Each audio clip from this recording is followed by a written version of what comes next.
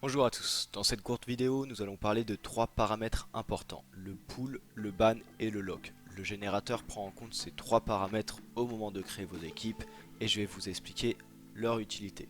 Donc on va commencer par le pool. Le pool, si vous voulez, c'est l'ensemble des joueurs que vous allez sélectionner qui vous semblent utiles pour la création de vos équipes.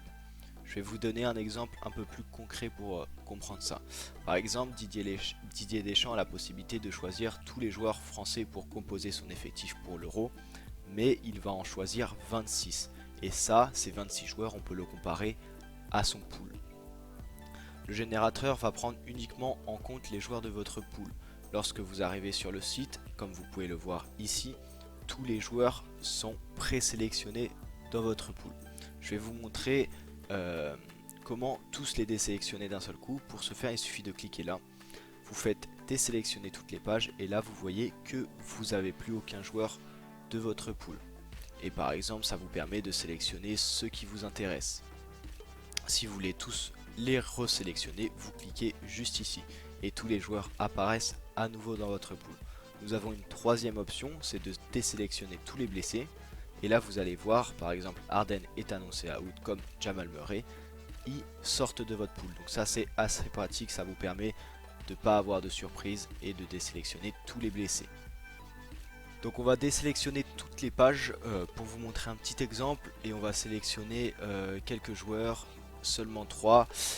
En gros, une fois que vous voulez voir la totalité de votre pool, il suffit juste de cliquer ici et là on voit les 3 joueurs que nous avons dans notre pool. Si vous faites générer des équipes et vous n'avez pas le nombre de joueurs suffisant, vous allez voir ce message d'erreur apparaître. Aucune équipe n'a pu être générée avec les paramètres que tu as choisis, c'est-à-dire qu'il y a un problème. Là dans ce cas là, c'est que nous n'avons pas assez de joueurs. Je vais faire exprès de vous montrer autre chose. Hop, on revient sur tous les joueurs. Si par exemple je prends 3 intérieurs mais on a seulement un arrière, vous allez voir que c'est pas possible. On a pourtant bien 5 joueurs mais nous n'avons pas 2 arrières comme cela devrait être. Donc le générateur ne peut pas nous proposer d'équipe. Le deuxième paramètre auquel nous allons nous intéresser aujourd'hui est le ban. Le ban, c'est assez simple, ça vous permet de bannir un joueur, c'est-à-dire que le générateur, une fois que ce joueur sera banni, ne vous le proposera jamais dans vos équipes. Pour ce faire, c'est assez simple, il suffit de cliquer sur ce petit panneau en forme de sens d'interdiction, tout simplement. Vous cliquez sur ban et vous allez voir que même si l'on met une énorme estimation à Giannis, il va jamais apparaître dans nos équipes, tout simplement parce qu'il est banni.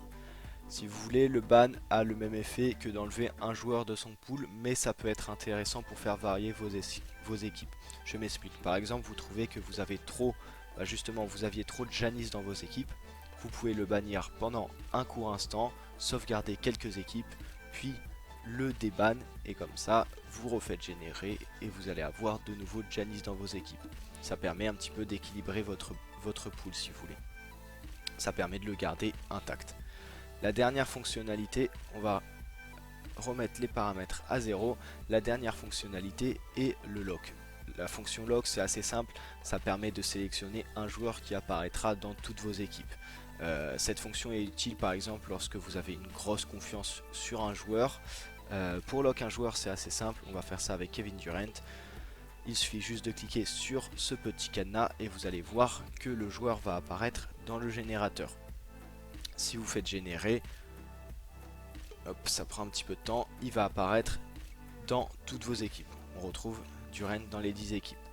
Vous avez la possibilité de lock 5 joueurs, mais faites attention à bien, par exemple, à bien générer de chaque position. On va les prendre, on a un meneur, un arrière, on va en prendre un deuxième, et 2 intérieurs, je ne sais pas, Jordan et Crowder. Et là vous voyez que vous pouvez faire votre équipe manuellement comme ça en loquant 5 joueurs.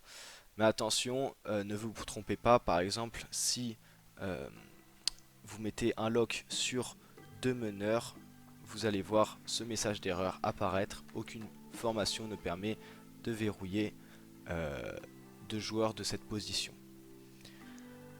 Voilà, c'est la fin de cette vidéo. Vous connaissez ces trois paramètres qui sont très importants pour le générateur. Si vous avez d'autres questions, n'hésitez pas à le mettre dans les commentaires, on y répondra. À bientôt et bonne chance pour la création de vos line-up.